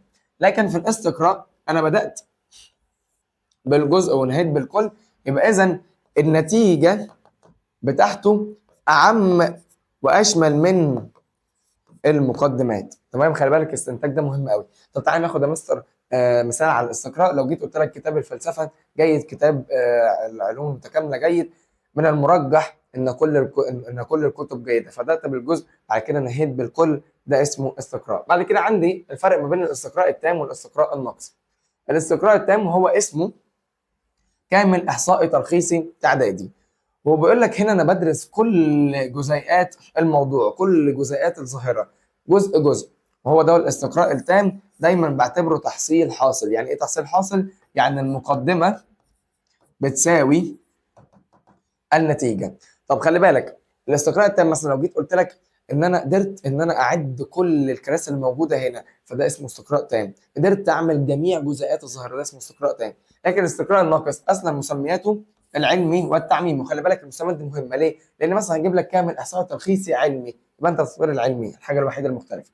بيقول لك هنا بدرس بعض الجزيئات بتاعت الظاهره وبعد كده بعممها على الحالات المماثله. يعني ايه الكلام ده يا مستر؟ انا خدت مثلا جزء من الميه درسته وعرفت ان هو H2O، بعد كده عممت على كل الحالات المماثله اللي هو الميه العاديه او كل الميه اللي موجوده، فده اسمه الاستقراء الناقص. خلي بالك الاستقراء التام بنعمله لو انا اقدر هعمل تحصيل للعدد بتاعه، يعني هقدر اعد العدد اللي موجود في الظاهره، لكن لو مش هقدر هستخدم الاستقراء الناقص. بعد كده عندي منهج بيكون. منهج بيكون جه المنهج السلبي الاول، بعد كده المنهج الايجابي. طب مستر ايه هو المنهج السلبي؟ بيتكلم عن شويه اوهام، وكلمه اوهام معناها اخطاء. اخطاء موجوده عند البشر. طب عندي اوهام اسمها اوهام الجنس، ودي او اوهام القبيله بيقع فيها، هي اوهام عامه بيغلط فيها كل الناس، ودي بتبقى حاجه فطريه. زي ايه؟ زي مثلا التصديق الاشاعات اللي هي الاستهواء، القابليه للاستهواء، وزي التسرع في الحكم. الاثنين دول دايما هتلاقيهم في اوهام الجنس. بعد كده عندي اوهام الكهف. اوهام الكهف اللي هي الاوهام الفرديه اللي بيقع فيها بعض الناس مش كل الناس، ودي زي التعصب والتطرف، او زي التعصب والايه والتطرف. اول ما يجيب لك مثلا التعصب والتطرف تعرف على طول ان انت في اوهام الكهف. بعد كده عندي اوهام السوق. واوهام السوق ديت دايما هيقول لك عدم الدقه في استخدام اللغه. يعني استخدمت كلمه مثلا ليها معنيين زي كلمه جبن او كلمه سلطه، قريتها مثلا سلطه او سلطه، جبن اللي هو خائف، او جبن اللي هو الايه الاكل، او كلمه ملهاش معنى اصلا زي كلمه ام الغول او ابو الغول، كلمه اساسا ملهاش اي معنى. اوهام المسرح، اصدق كلام التيك توكر المجرد ان هو ايه مشهور. يعني حبيت افهمها لك كده ان انت ايه اوهام المسرح دايما هتشوف تسمع كلام المشاهير او الفلاسفه المفكرين المشاهير برضه. بعد كده عندي الجانب الايجابي بتاع بيكون. ما تسرعنيش بالله عليك، انا مسرع نفسي لوحدي. الجانب الايجابي عند بيكون، وهنا بيقول لك هو بيتخلص في عده خطوات، يتلخص في عده خطوات، ركز معايا فيهم بالله عليك. اول حاجه الملاحظه. انا بجمع المعلومات عن طريق حاجه اسمها الملاحظه، وكلمه الملاحظه معناها المشاهده. تمام، انا بجمع المعلومات عن طريق الملاحظه، يعني بحاول اجمع معلومات عن الظاهره عن طريق الايه المشاهده. بعد كده ترتيب المعلومات في 3 قوائم، المعلومات اللي انا جمعتها. اول حاجه قائمه الحضور او الاثبات، وهنا اللي بيقول لك ان الظاهره خواص الظاهره بتبقى موجوده. يعني مثلا الشمس موجوده امتى؟ الصبح. تمام. بعد كده قائمه الغياب او النفي، وهنا بيقول لك ان عدم وجود خواص الظاهره، مثلا الشمس مش موجوده امتى؟ بالليل. بعد كده عندك قائمه التفاوت او التدرج، وهنا في تدرج بيحصل وهي تحمل كلمات ربما او ممكن او احتمال. خلي بالك الكلمات دي مهمه، قائمه تفاوت وتدرج، يعني ربما او ممكن او احتمال. اول ما تلاقي ال3 كلمات دول تعرف على طول انت في قائمه التفاوت او ايه التدرج. وهنا بيقول لك تدرج خواص الظاهره، زي ايه؟ الشمس موجوده الساعه 12 عاليه قوي، غير الساعه 1، غير الساعه 3، غير الساعه 5، غير الساعه 6، صح؟ ده اسمه تدرج في خواص الظاهره. طب بعد ما بعمل كده بحلل البيانات بتاعتي، المعلومات اللي جمعتها، او باخد اللي محتاج منها في الظاهره فقط لا غير. طب بعد ما باخد اللي انا محتاج منه بوصل لاخر حاجه اسمها تفسير الظاهره، وهنا بوصل اهو للقانون النهائي بتاعي. وده كان منهج بيكون باختصار. بعد كده عندي حاجه اسمها خطوات المنهج الاستقرائي. عندي شويه خطوات في المنهج الاستقرائي، وهي عشان برضو انت تبقى عارف الخطوات. خطوات المنهج الاستقرائي ايه هو؟ اول حاجه عندي الملاحظه، تاني حاجه عندي الفرض، ثالث حاجة عندي التجربة، رابع حاجة عندي القانون. طيب، والملاحظة دايما هيكلمك انها المشاهدة، والفرض هو تخمين او تنبؤ شيء، والتجربة ممكن اسميها مشاهده مستثاره، يعني انا بجرب فيها بنفسي وهي تدخل العالم فيها، والقانون هو التفسير النهائي. وخلي بالك التخمين برضو التفسير المؤقت. تمام، يعني لو عايز تكتب الكلام اللي انا كاتبه ده عشان اخلص لك خطوات المنهج الاستقرائي كله. طيب اول حاجه الملاحظه العلميه، وهي المشاهده بكل الحواس. طب ايه هي شروط الملاحظه؟ هم 6. صح معايا كده وركز يا صديقي. اول حاجه الامان. قال لك ان انا لازم اكون مأمن المكان اللي انا هاخد فيه الباحث عشان يعمل الملاحظه. تاني حاجه الاستعداد، لازم يكون الباحث اصلا مستعد بفتره زمنيه كافيه ويكون مهيئ اصلا للملاحظه. طب تالت حاجه التكرار. يعني ايه التكرار؟ قال لك لازم تكون الظاهره قابله للتكرار، اللي هي الاعاده، قابله للاعاده حتى يلاحظ الباحث بشكل جيد لكل خواص الظاهره. بعد كده عندي الشموليه. ايه يا مستر الشموليه دي؟ قال لك ان لازم الباحث او يفحص جميع اجزاء الظاهره من كل جانب.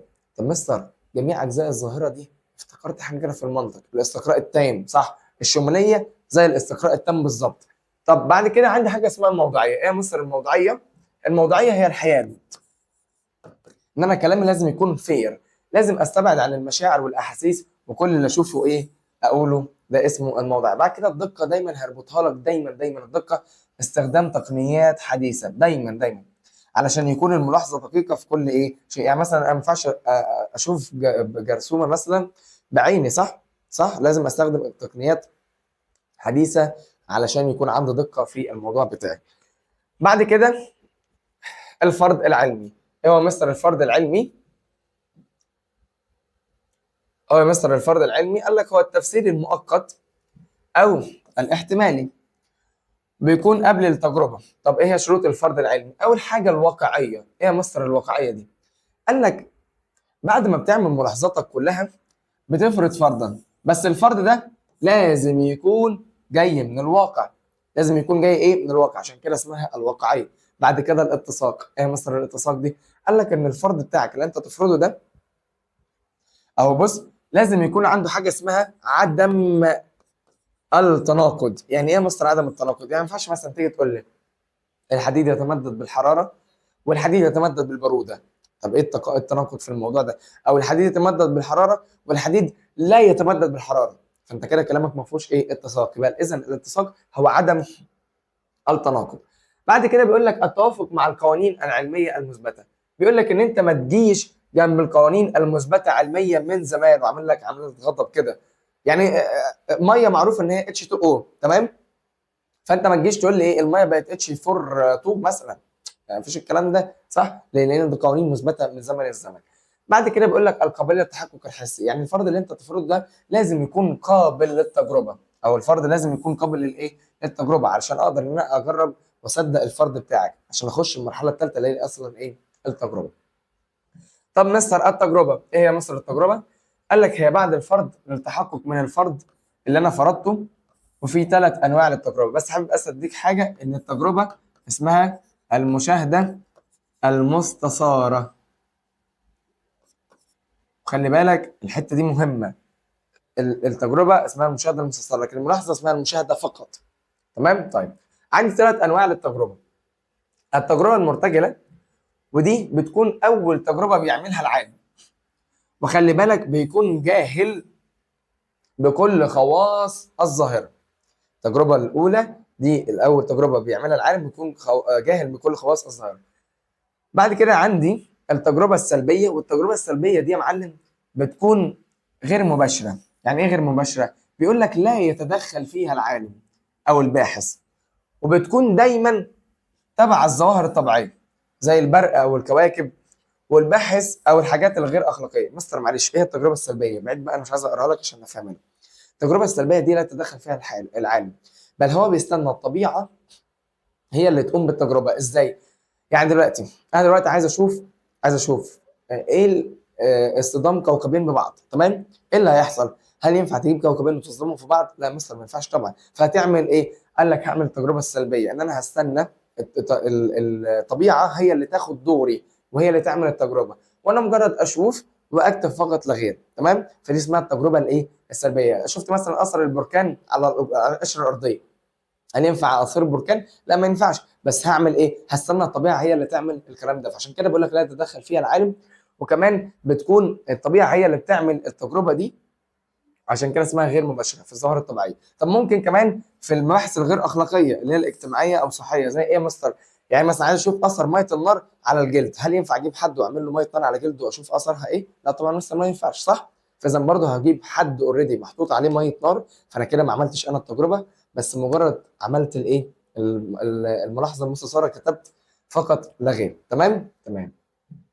بعد كده التجربه العلميه، بيقول لك دي اخر تجربه بيعملها الباحث وبتوصلني للقانون النهائي. خلي بالك، خلي بالك، التجربه المرتجله بتوصلني للفرض، التجربه العلميه بتوصلني للقانون. التجربه المرتجله بتوصلني للفرض، التجربه العلميه بتوصلني لايه؟ لقانون. التجربه السلبيه ما بيتدخلش فيها اصلا العالم. بعد كده شروط اجراء التجربه. علشان اعمل التجربه عندي 3 شروط مهمين.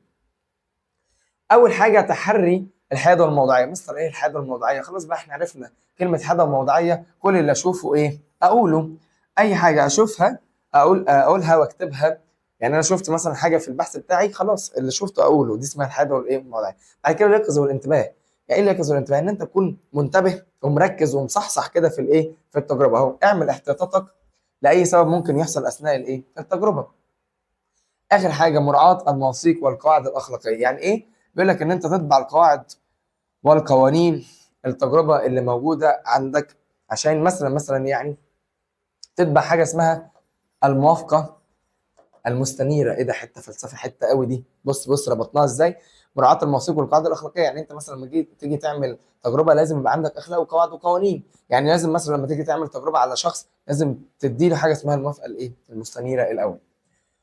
حلو قوي الربط بالفلسفه بالمنطق ده. بعد كده القانون العلمي. والقانون العلمي بيقول لك هو التفسير الدائم او التفسير النهائي للظاهره، او الاقرار او التقرير النهائي للظاهره.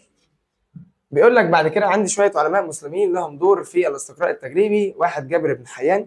بيقول لك جابر بن حيان ده اسم رجل التجارب او الرجل التدريبات، وده حدد 3 خطوات في المنهج التجريبي بتاعه. اول حاجه ان هو يحط فرض، ثاني حاجه يستنبط النتيجه، ثالث حاجه يرجع للواقع يتاكد من الاستنباط بتاعه. بعد كده الحسن ابن الهيثم. والحسن بن الهيثم ده بيقول لك ان هو عالم فيزياء، وقال ابدا دايما بالجزئيات وبعد كده عمم على الايه؟ الظاهره. خلي بالك الحسن بن الهيثم بدا من الجزء واتنقل بالايه؟ بالكل. وخطواته هي ايه؟ الفرض، بعد كده التجربه التي سماها الاعتبار، وبعد كده بيوصل للقانون بتاعه. بعد كده عندنا الاستقراء والمنهج العلمي المعاصر. معلش ركز ركز معايا. دلوقتي بيقول لك هنعمل مقارنه بين الاستقراء الحديث والاستقراء المعاصر. الاستقراء الحديث كده كده مش محتاجين نشرح، احنا لسه شارحينه، هنشرح بس الايه؟ الاستقراء المعاصر. بس هنقول لك برضو المقارنه بسرعه. الاستقراء الحديث طبيعه منهجه ايه؟ قال لك الاستقراء الحديث بيستخدم استقراء بس، يعني بيبدا من الجزء وينتهي بالايه؟ بالكل. طب ترتيب خطواته احنا لسه واخدينه، الملاحظه والفرض والتجربه، بعد كده القانون اللي احنا لسه واخدينه. طب طبيعه الفرض، قال لك ليس لها اولويه. ليه يا مستر ليس لها اولويه؟ عشان هو اصلا مش بيبدا بالفرض، هو بيبدا بالايه؟ بالملاحظه. طب مستمده منين؟ الفرض مستمد منين؟ قال لك مستمد منين؟ الملاحظه. طب طبيعه القانون، بيقول لك ان هو سببي، بنسال عنه بكلمه ايه؟ بماذا، وبرضه هو حتمي ضروري ثابت. لكن الاستقراء المعاصر بيقول لك طبيعه منهجه ايه؟ بيقول لك بيستخدم استقراء واستنباط الاثنين مع بعض، يعني بياخد الكل، كل خواص الظاهره، كل خواص اصل الاستقراء والاستنباط، بيبدا من الكل بينتهي بالجزء، بيبدا برضه من الجزء ينتهي بالايه؟ بالكل. طب ترتيب خطواته ايه؟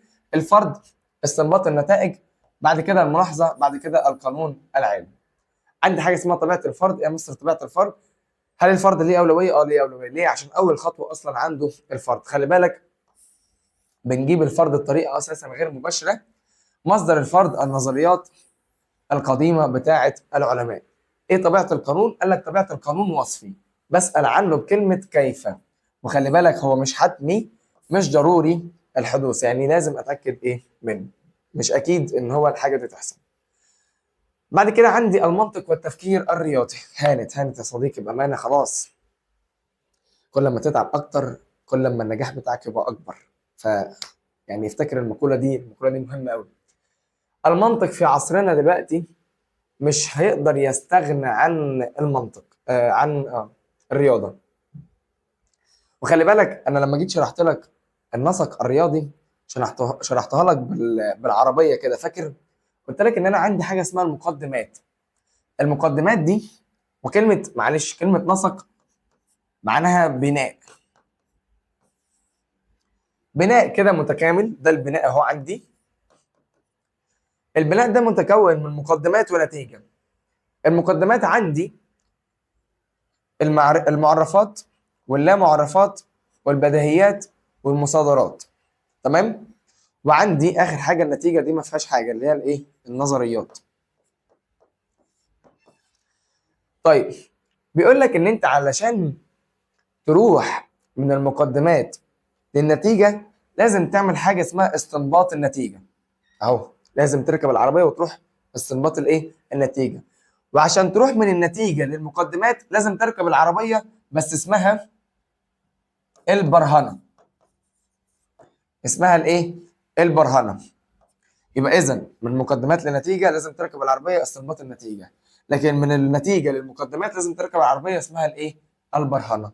تمام؟ طيب مستر ممكن تشرح لي كل واحده فيهم؟ ما عنديش مشكله يا حبيب قلبي، هشرح لك كل واحده فيهم، بس قبل ما اقول لك الاول المقدمات، هقول لك الاول خصائص القضايا الرياضيه عشان نخلص منهم سهل، بعد كده نخش في التانيين. خصائص القضايا الرياضيه عندي اول حاجه اسمها، وخلي بالك انا مش عايز الفرق ما بينهم، انا عايزك تفهم كل واحده بس فيهم. اول حاجه التحصيل حاصل. ايه مثلا التحصيل حاصل؟ قال لك محمولها لا يضيف لموضوعها شيء جديد. يعني ايه؟ يعني مثلا لما اجي اقول لك الليث هو الاسد، فين الموضوع؟ ده الموضوع. فين المحمول؟ ده المحمول. هل المحمول اضاف شيء جديد للموضوع؟ لا يا مستر، ما هي نفس المعنى، الليث هو الاسد، فده اسمه تحصيل ايه؟ حاصل. بعد كده مبدا عدم التناقض. ايه مبدا عدم التناقض؟ قال لك مبدا الاتساق. يعني ايه مثلا مبدا الاتساق؟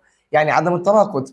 صدقها يقيني دايما. يعني ايه الكلام ده؟ يعني مثلا ما ينفعش الموضوع والمحمول يكون ما بينهم تناقض، لا لازم يكون ما بينهم عدم تناقض. ازاي؟ يعني مثلا لما اجي اقول لك 1+1 بيساوي 2، صح؟ يبقى اذا الموضوع والمحمول مش ما بينهم ايه؟ تناقض، ما بينهم حاجه اسمها الاتساق. بعد كده اللزوم المنطقي. ايه اللزوم المنطقي؟ بيقول لك ان الشطر الثاني لازم عن الشطر الاولاني. يعني ايه؟ يعني مثلا ايه هو الشطر الثاني؟ ايه هو الشطر الثاني؟ انا عايز كده ايه؟ بورد كده لوحدها، معلش. بص، الشطر الثاني لازم عن الشطر الاول. ايه هو الشطر الثاني؟ ادي الموضوع والمحمول. فين يا مستر الشطر الثاني؟ اهو الشطر الثاني يا حبيب قلبي، صح؟ فبيقول لك ان الشطر الثاني ده عشان اجيبه لازم يكون عند الشطر الاولاني اصلا. يعني ما ينفعش تيجي تقول لي هنا بيساوي 5. طب فين الموضوع؟ يعني ايه بيساوي 5؟ يعني مثلا 1+4 ولا 2+3؟ ايه بيساوي 5؟ فانت لازم عشان اديك الشطر الثاني اللي هو المحمول لازم انت تديني الشطر الايه؟ الاول اللي هو الموضوع. باذن عشان اديك المحمول لازم تديني الموضوع، عشان كده بنقول الشطر الثاني لازم عن الشطر الايه؟ الاولاني. وانا خلي بالك مش عايزك تفرق ما بينهم، انا عايزك تعرف كل واحده ايه فيهم. طيب بعد كده تعال نخش على المقدمات اللي هي المعرفات واللا معرفات البديهيات والمصادرات. مستر انا شرحت لك الحاجات دي بالتفصيل صدقني في المراجعه، هحاول اشرحها لك تاني بالتفصيل دلوقتي يا صديقي. مستر ايه هي المعرفات؟ المعرفات هي عباره عن الفاظ او حدود او كلمات. برضو اللا معرفات نفس الفكره، وخلي بالك الاثنين في المقدمات، ها؟ طيب المعرفات قال لك عباره عن الفاظ او حدود او كلمات بدلها، هو عباره عن مصطلح، ماشي؟ المصطلح ده بديله تعريف. يعني ايه؟ يعني مثلا لما اجي اقول لك الدائره، اهو الدائره دي عباره عن لفظ، عن حد، تمام؟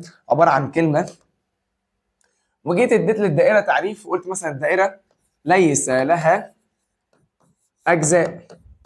تمام.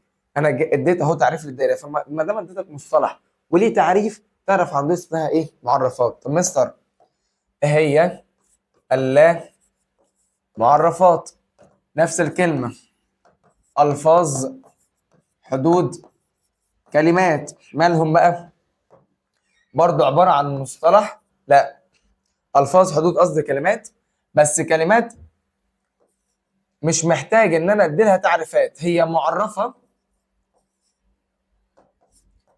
بذاتها. معرفه بايه؟ ذاتها. عارف زي ايه؟ مثلا لما اجي ادي لك مثلا على الاثنين، الخط له طول وليس له عرض. فين المعرفات؟ المعرفات اهو يا مستر، الخط اديت له ايه؟ تعريف. فين المعرفات؟ المعرفات اهو يا مستر، الدائره اديت لها ايه؟ تعريف. طب مستر فين اللا معرفات؟ قال لك الالفاظ اللي بستخدمها في التعريف اللي هي معرفه اصلا بذاتها، زي ايه؟ زي كلمه الطول والعرض، ده استخدمته في التعريف مش محتاج اصلا ان هو يتعرف، ده اللا معرفات. طب مستر هنا فين المعرفات؟ لها اجزاء، دي برضو ايه؟ لا معرفات. عارف زي مثلا لما اقول لك المستشفى مكان للمرضى، يلا فين المعرفات؟ قلت لها مستر المعرفات المستشفى عشان اديت لها تعريف. طب فين اللا معرفات؟ مكان للمرضى عشان اصلا استخدمتها في الايه؟ في التعريف. فده كان المعرفات واللا معرفات بسهوله يعني. اه، فبيقول لك المعرفات هي تعريف مصطلحات رياضيه وتعريف ايه؟ شرطيه، لكن المعرفات هي الفاظ اصلا واضحه بذاتها تحتاج للبرهنه وتستخدم في المصطلحات الاخرى. بعد كده عندي البديهيات والمصادرات والمسلمات. مستر ايه هي البديهيات والمسلمات والمصادرات؟ البديهيات قال لك دي قضايا غير مبرهنه. يعني ايه غير مبرهنه؟ يعني مش محتاج ان انا برهنها. بس خلي بالك البديهيات عامه شامله، اي حد يستخدمها. زي ايه؟ مثلا لما اجي اقول لك ان الكل اكبر من الجزء، قال لك دي اي قضيه اي حد يعرفها. زي ايه؟ مثلا ابوك اكبر منك. لو رحت لاي شخص قلت له مين اكبر، ابوك ولا انت؟ هقول لك ابويا، صح؟ حتى لو الشخص ده ايه؟ صغير طويل، صغير قصدي كبير، ست راجل، يعني حتى كمان لو ناقص عقل شويه من الناس ذو احتياجات خاصه، برضه هيعرف الايه؟ القضايا البديهيات دي. وبعد كده عندي المسلمات او المصادرات. وخلي بالك المسلمات والمصادرات برضه قضايا غير مبرهنه، بس هي اقل وضوح. وخلي بالك فئه بس معينه هي اللي تعرفها. زي ايه؟ مثلا تلاقي فئه المهندسين هم اللي عارفين بعض الحاجات البديهيات بتاعتهم، بس المهندسين بس اللي عارفوهم. والدكاتره برضه هم اللي يعرفوا الحاجات اللي تخص الطب. النجارين يعرفوا الحاجات اللي تخص النجاره، السباكين يعرفوا الحاجات اللي تخص السباكه. هل السباكين يقدروا يبرهنوا القضايا بتاعتهم؟ لا، مش محتاجه برهنه. هل النجارين يقدروا يبرهنوا مثلا الباب بيتعمل ازاي؟ مش محتاجه برهنه، بس مين اللي يعرف يعمل الباب؟ النجارين. لكن هنا البدايات ده كل الناس ايه؟ تعرفها، كبير صغير ست راجل. تمام. فاذا بيقول لك اهو البديهيات قضايا معرفه بذاتها لا تحتاج البرهان، ودي بتكون عامه كل الناس عارفاها. لكن مسلمات ومصادرات بيقول لك قضايا لا تحتاج للبرهنه، هي بتبقى خاصه مش كل الناس تعرفها، بل هم صحاب الخبره بس اللي يعرفوها. بعد كده عندي النتيجه يا معلم. والنتيجه هي عباره عن ايه؟ خلاص ان انا استنبطت النتيجه، استنبطت النظريه بتاعتي. وخلي بالك النتيجه دي قضايا، بس قضايا مبرهنه. إيه الفرق ما بين البديهيات والمصادرات والنتيجه؟ البديهيات والمصادرات دي قضايا غير مبرهنه، لكن النتيجه قضايا ايه؟ مبرهنه. تمام؟ تمام يا صديقي. وكده خلصت لك المنطق والرياضه. فاضل لي اخر درس في المنطق، التفكير المنطقي والذكاء الاصطناعي. بنخلص اهو. بيقول لك هنا عايز نخلي الذكاء الاصطناعي بيساوي اللي هي محاكاة العقل البشري. طيب بيقول لك ان العقل البشري بيستخدم حاجه اسمها اللغه الطبيعيه، والذكاء الاصطناعي بيستخدم لغه اسمها لغه الرموز اللي هي لغه المنطق. فانا جبت شويه قضايا، مش انا جبت، الوزاره يعني جابت شويه قضايا وحولنا القضايا دي لرموز.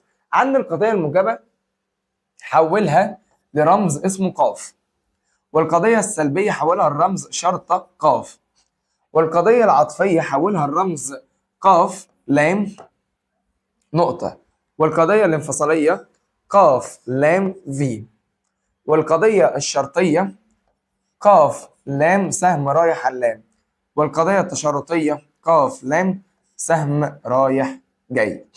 خلي بالك القضايا دي، الرموز دي اللي عندك في المنهج هيقول لك مثلا القضيه الموجبه مثلا ترمز لرمز ايه، او مثلا يجيب لك ايه، فارس مدرس. تمام، دي قضيه ايه موجبه، اختار لها رمز قاف.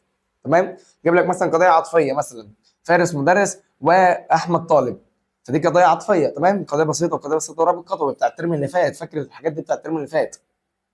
لو مش فاكرها ارجع كده عندي في الصفحه بتاعتي، هتلاقي تريكات الاستقراء، هتلاقي قصدي تريكات القضايا. تمام، اتفرج على تريكات القضايا، مهمه قوي في الدرس ده. طيب بعد كده انا مفروض يعني عندي كاتب لك الدرس دوت، قلت لك ايه، فاضل لك بقيه الدرس الاخير، شوف من الكتاب. يا حب مش هعمل لك كل حاجه، انا مش كده، وكده نقدر نقول خلصت مراجعه المنهج بسلام. هتوحشوني يا اولاد الايه، وعشان انا بحبكم يا حبيب قلبي قلت برضو ان انا اشرح لكم الدرس الاخير والخص لكم الدنيا، مع ان انا شارحه في المراجعه. بس يلا بينا. اول حاجه، انت عندك واحد اسمه لايبنتز.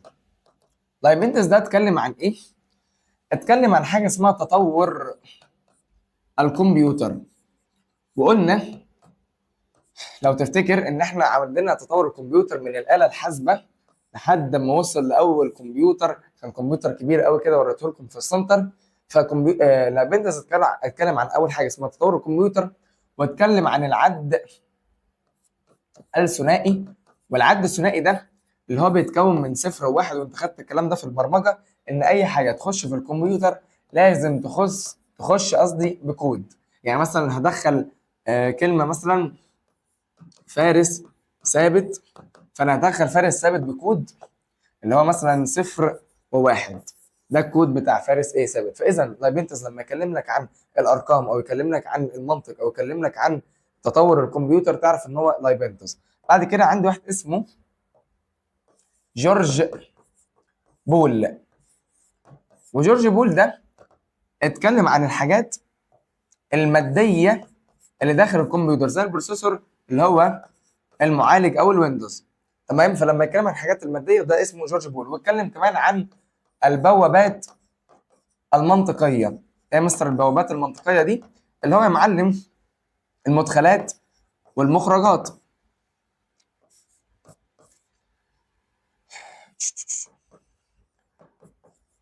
وخلي بالك المدخلات اللي هي المقدمه، بيقول لك جورج بول ان انت علشان الكمبيوتر يطلع لك نتيجه لازم تديله الاول مدخلات اللي هي الايه المقدمات. وجورج بول قال لك ان انا اقدر ادخل كذا مقدمه وفي الاخر هيطلع لي نتيجه واحده، زي مثلا اين يقع الهرم، فهيطلع لك نتيجه واحده اللي هي ايه، مصر او الجيزه.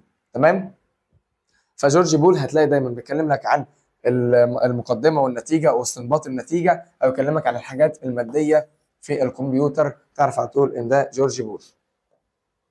بعد كده عندي في المنطق الفريق المعارض والفريق المؤيد للمنطق وارتباطه بالذكاء الاصطناعي. عندي المنطق مرتبط جدا بالذكاء الاصطناعي، وفي عندي فريق معارض وفي فريق مؤيد. الفريق المعارض دول بتوع علم النفس الفسيولوجي، والفريق المؤيد دول المناطقة. طب المناطقة قالوا ايه؟ المناطقة قالوا ان الذكاء الاصطناعي اصلا مش بيستخدم لغة طبيعية، بيستخدم لغة الرموز، ولغة الرموز اصلا هي لغة المنطق. لغة الرموز هي اصلا لغة الايه المنطق. اذا المنطق هو قلب الذكاء الايه الاصطناعي. فاذا لما يكلمك عن رياضة، يكلمك عن ارقام، يكلمك عن المنطق، يكلمك عن صرامة المنطق، ده الفريق الايه المؤيد. لكن هنا الفريق المعارض بتوع علم النفس قال لك عايزين يعملوا حاجه اسمها محاكاه، يعني مساواه ما بين العقل البشري وما بين الذكاء الاصطناعي. فنعمل ايه؟ نلغي المنطق، نخلي الذكاء الاصطناعي يتكلم زي العقل البشري ايه بالظبط. فدايما هتلاقي الفريق المعارض ده بيكلمك عن العمليات المعرفيه، ايه مثلا العمليات المعرفيه دي اللي هي العمليات العقليه. برغم كل ده مين اللي كسب؟ الفريق المؤيد اللي هو المنطقه، لان طبيعي ان المنطق ما بيستغناش عن الذكاء الاصطناعي، لان الذكاء الاصطناعي مهما اتكلم ومهما عمل كل حاجه برضه هو مبرمج بالارقام وبالاكواد. بعد كده عندي المنطق الغير رتيب. وعشان اشرح لك المنطق الغير رتيب لازم اشرح لك المنطق الرتيب الاول، بعد كده اشرح لك المنطق الغير الرتيب. طب ايه هما؟ المنطق الرتيب ده يا صاحبي اللي هو المنطق الممل، اللي هو المنطق المعتاد، اللي هو المنطق اللي لازم تديله مقدمات كاملة عشان يديك نتيجة. يعني ايه؟ يعني مثلا زمان في المنطق الرتيب لازم عشان تبحث على حاجة لازم تديله المقدمة كاملة عشان يديك الايه؟ النتيجة. لكن المنطق الغير رتيب، المنطق الغير رتيب ده اللي هو الغير ممل، اللي هو غير اعتيادي، اللي هو من الاخر مش لازم تديله مقدمات كاملة، انت هتديله جزء من المقدمات، هتلاقي هو بيعمل حركة بقى هنا حلوة اسمها استنباط النتيجة. يبقى لما يجي يقول لك ان انا بدأت استنبط النتيجة تعرف على طول ان هو المنطق الغير ايه؟ الغير رتيب. بعد كده عندي اخر حاجة المنطق المرن. وعشان اشرح لك المنطق المرن برضو لازم اشرح لك المنطق ثنائي القيم والمنطق المرن. طيب ايه مصدر منطق ثنائي القيم؟ قال لك المنطق ثنائي القيم ده اللي هو بيطلع عليه اجابتين فقط لا غير، ما بيطلعليش اجابه ثالثه، ما بيطلعليش نسب. يعني مثلا يا صادق يا اما كاذب، يا عندك المرض يا اما ما عندكش، يا اما صح يا اما غلط، هو رمزين بس، ما بيطلعليش عدم استنباط نسب. لكن المنطق المرن اللي بسميه دلوقتي المنطق ثلاثي القيم، منطق ثلاثي القيم ده بيقدر يطلع لي كذا نتيجه. بيقدر يقول لي مثلا لو انت اديت له اعراض بتاعتك يقدر يقول لك عندك المرض ده او لا، ولو هو عندك يقدر يقول لك النسبه بتاعه المرض ايه، ويقدر كمان يدي لك الايه؟ العلاج بتاعك.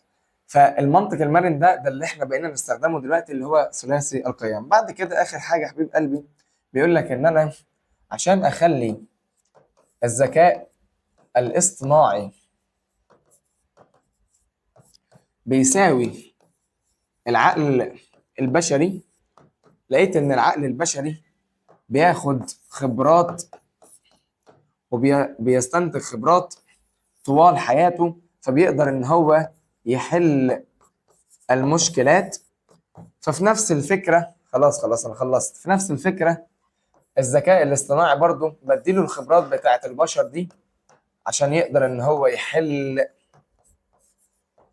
المشكلات اللي بتواجه البشر. وبكده يا صديقي الصدوق اقدر اقول ان انا خلاص المراجعة بسلام. هتوحشوني بجد، حقيقة هتوحشوني.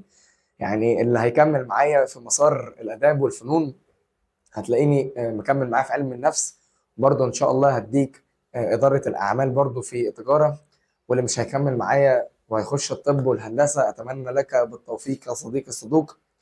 وهتوحشوني بجد، هتوحشوني. ما تنساش كل ما تتعب أكتر كل ما حلمك هيكبر وكل ما تنجح أكتر. سلام.